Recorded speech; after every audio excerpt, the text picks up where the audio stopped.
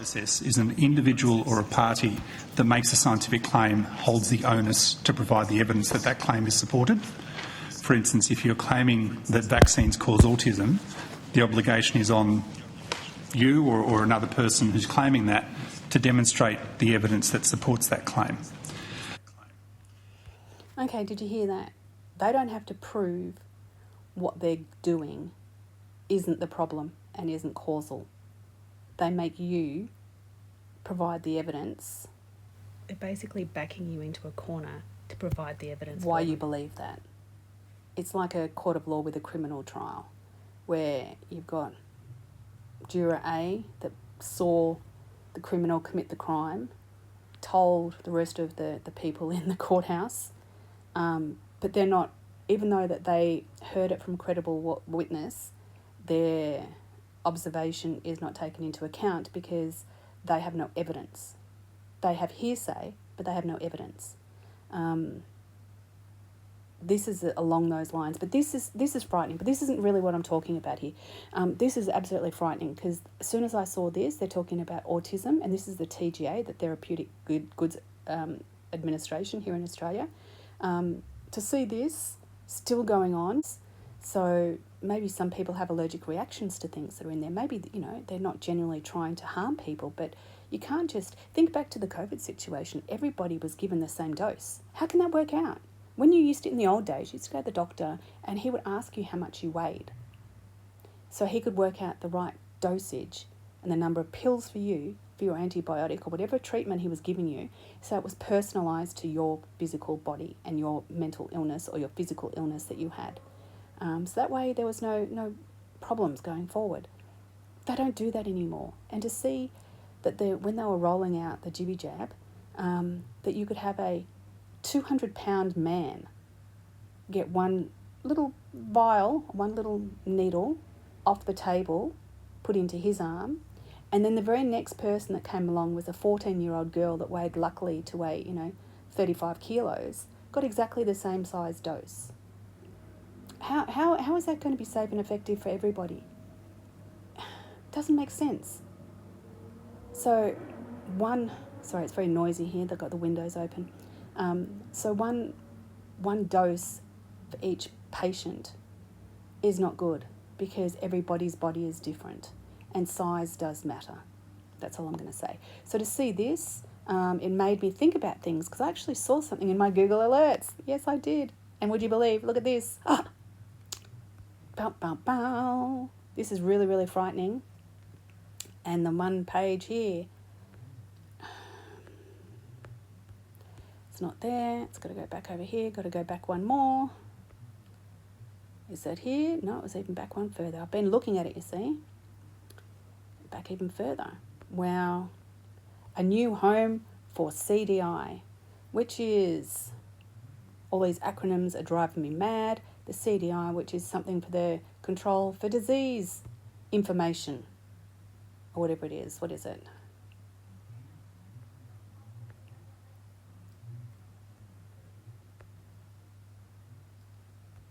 The most recent articles published by CDI include topics on the greatest health concern importance for Australia today, from influenza and CV-19 to microbial resistance. Wow. So does that mean that that's going to be the next one that they're going to try to roll out? Some type of therapy for this? Okay, I had to look into what that was all about. I'm a dog with a bone, literally. So this is about a major global health threat where microorganisms like bacteria, viruses, fungi, parasites evolve to resist medicines, antibiotics, antivirals, antifungals designed to kill them, making infections harder to treat or impossible to treat, leading to longer illnesses, higher costs and deaths, with overuse of microbial accelerating and natural processes and creating dangerous superbugs. Wow. So this is what they're gearing up for, that soon we will have so much disease that our standard safe and effective medicines are no longer effective. And they're going to roll out, this is what I fear, and this is what my gut is telling me, and I've just seen this. It's not like I've been sitting around for days pondering on it, that they will then roll out the mRNA, because that's the only potential pathway to eradicate these type of diseases. And you've got to think of all the things. They're talking about fungi. What does fungus come from? It comes from mould. And what have we had down in Melbourne? And here in Queensland, we're very hot and humid here. And we've had so much spores of mould, black mould, and fungus, and all of these weird, shitty things that haven't been around for years because the weather's just been completely and utterly bonkers. So they're going to use this as a health threat to your body, to your environment, because of the mould from the ever-changing climate. When you have temperatures that vary between 10 or 12 degrees, that's insane. Think about it. Here we go. This is where I saw it. Look at this. And this is today. This came out today. Okay? A new chapter, here it is. This one here. As you can see, the 1st of January, which is today, the 1st of January, it's New Year's Day today. A new chapter for public health, the Australian Centre for Disease Control. We're going to have our own CDC, guys. Yep. So to see all of this dangerous, toxic substances being pushed willy-nilly into people's bodies, regardless of whether they need it or not, regardless of whether there's any public threat or not, regardless of whether the parents want it or not, they're just doing it, and they will handicap you financially and restrict your services if you don't comply, which is tyranny, and that is some forced submission. Now, so to see this here, so we're talking about cleaner air, Japanese encephalitis, whatever is that disease, from animals and mosquitoes. So, you know, Billy Gates of hell, and this is just, you know, like a week ago, okay? This one's just 2 days ago. Oh, and this one's today. And they're here. So remember in the whole CB situation, you had the CDC in America with Mr. Fauci, who gave bad information and was absolutely a little demon. He's been killing people for years, you know, with all of his treatments for people. And then to see this coming out, and look at this. It's showing a young lady doing long jump or triple jump. I can't say which one she's doing because she's got her feet up in the air. Maybe they mean triple threat. They're going forward and they're jumping in. So you've got to look at the picture. And you have to also look at the CDC thing. I see sixes everywhere on that. Intertwined sixes. Can you see them? Because they're there. So it tells me that they're very evil. And the picture says, we're going to go head first. We're not going to stop. Once we're in the air, you can't stop. So they've got the ball rolling. They've got momentum now. And they're going to potentially roll out something soon. As I said, they've been gearing up for it for the last, 3 weeks, 4 weeks, with all of the gaslighting and retracting all of the information on the dangers of other treatments that they've had, that they've given to people that have been proven to be dangerous. And they don't like that.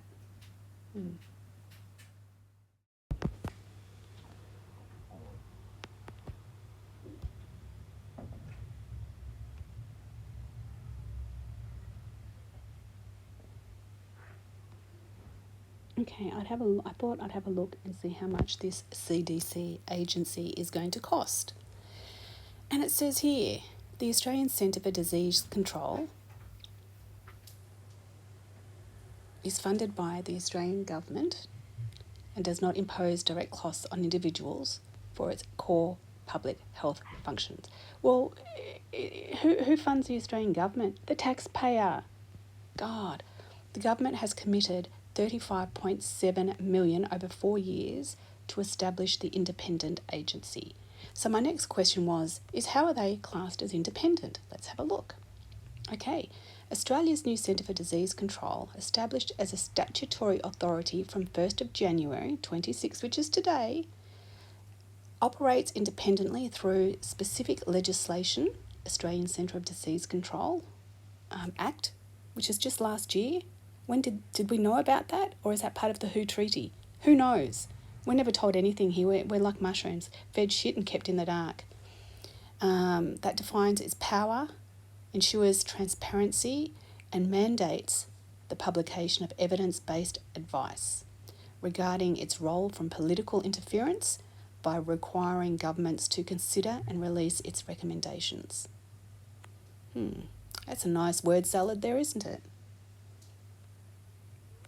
Its independence come from the government structure, expert advisory groups, and legal requirements for openness, allowing its product to provide advice, trusted advice on health threats without political pressure.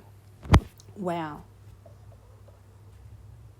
We just listened to that gentleman in the start video talking to Mr. Roberts, saying it's not up to us to prove that it doesn't cause autism, it's up to you to prove it is. So you're backed into that frigging corner again.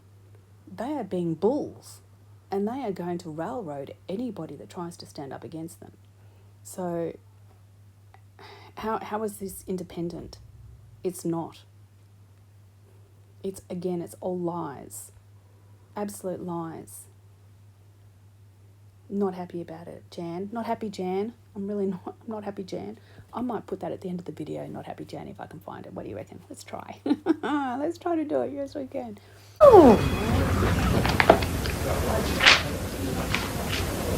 Jan? Jan? Where's our ad in the Yellow Pages directory? Keep calm. Count to 10. 1, 2, 3, 8, 9, 10. Not happy, Jan! Isn't that just adorable?